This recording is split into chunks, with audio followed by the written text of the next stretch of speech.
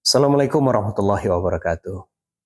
Saudaraku, masih ada kita sekarang ini mendengar orang mengatakan bahwa dia tidak ikut berkurban tahun ini dikarenakan tahun lalu dia sudah ikut berkorban. Dan juga ada kita yang mendengar bahwa dia tidak ikut berkurban lagi karena sudah 7 kali berkurban seumur hidupnya. Perlu kita sadari, saudaraku, itu adalah pernyataan yang salah. Karena berkurban sunnahnya setiap tahun. Bukan sekali seumur hidup. Atau bukan 7 kali seumur hidup. Bukan. Kemudian kita juga pernah mendengar dia tidak berkurban tahun ini dikarenakan banyak kebutuhan yang harus dipenuhi. Anak yang mau masuk sekolah, kontrakan toko yang jatuh tempo, dan lain sebagainya. Saudaraku seiman, saya ingin mengajak kita semua, marilah kita mencari alasan supaya kita bisa ikut berkorban.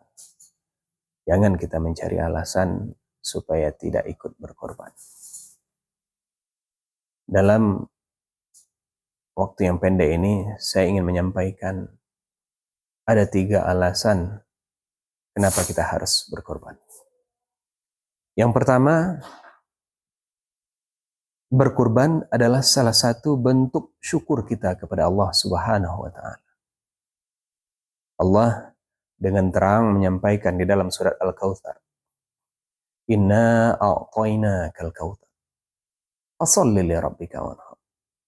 Sungguh, kata Allah, kami telah memberikanmu begitu banyak nikmat. Maka syukurilah nikmat itu, kata Allah. Dengan cara apa? Fasholli li rabbika wanhar. Salatlah karena Tuhanmu dan berkorbanlah. Allah meminta kita berkorban, karena dengan berkorban adalah salah satu bentuk syukur kita kepada Allah. Begitu banyak nikmat yang Allah berikan kepada kita. Mulai kita sadari, kita menghirup udara bebas tanpa memakai tabung oksigen. Coba bayangkan, saudaraku, kalau seandainya kita menghirup udara itu dengan memakai tabung oksigen, kemana-mana kita membawa tabung oksigen, sangatlah repot kita. Begitu juga mata kita yang masih bisa melihat, telinga yang masih bisa mendengar, kaki dan tangan yang masih bisa digerakkan. Semua itu adalah nikmat Allah. Allah berikan kita keluarga yang cukup. Allah berikan kita tempat tinggal yang nyaman. Coba bayangkan saudara-saudara kita yang berada di Palestina sekarang ini. Mereka tidak memiliki rumah. Dan keluarga mereka banyak yang mati terbunuh. Bayangkan, saudaraku. Oleh karena itu, syukuri nikmat yang Allah berikan kepada kita. Begitu banyak nikmat. Sehingga Allah mengatakan, wa in ta'uddu ni'matallah la tuhsuha. Jika kamu hitung-hitung nikmat Allah itu, kamu tidak akan sanggup menghitungnya, kata Allah. Kita sukses dalam berdagang. Kita menempati karir atau kedudukan atau jabatan sekarang ini, itu semuanya adalah nikmat Allah. Nah, Allah mengatakan di dalam surat An-Nahl, wa ma bikum min ni'matin faminallah. Apapun nikmat yang kamu terima, itu adalah dari Allah.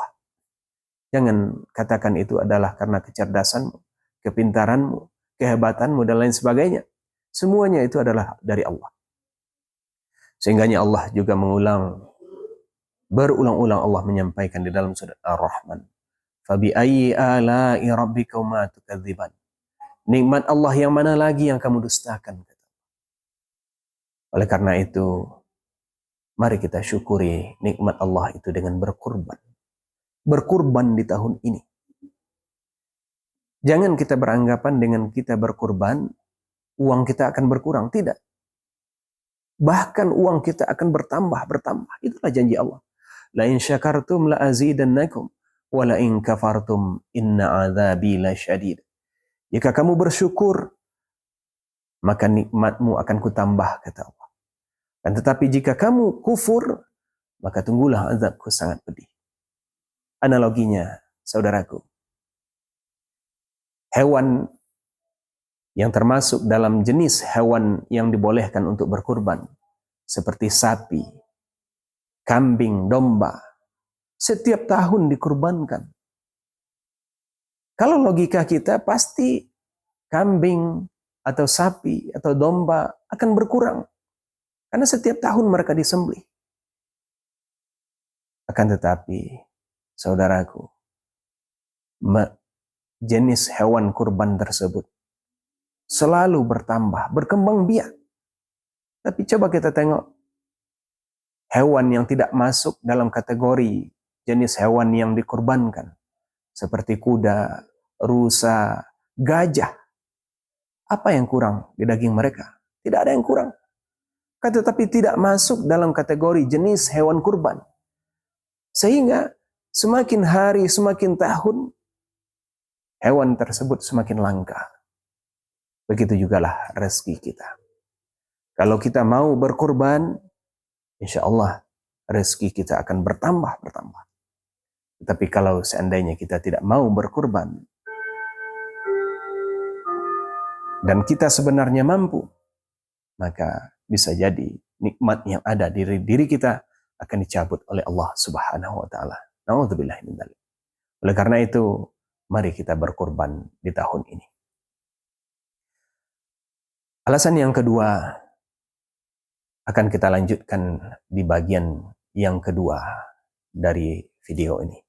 Terima kasih. Assalamualaikum warahmatullahi wabarakatuh.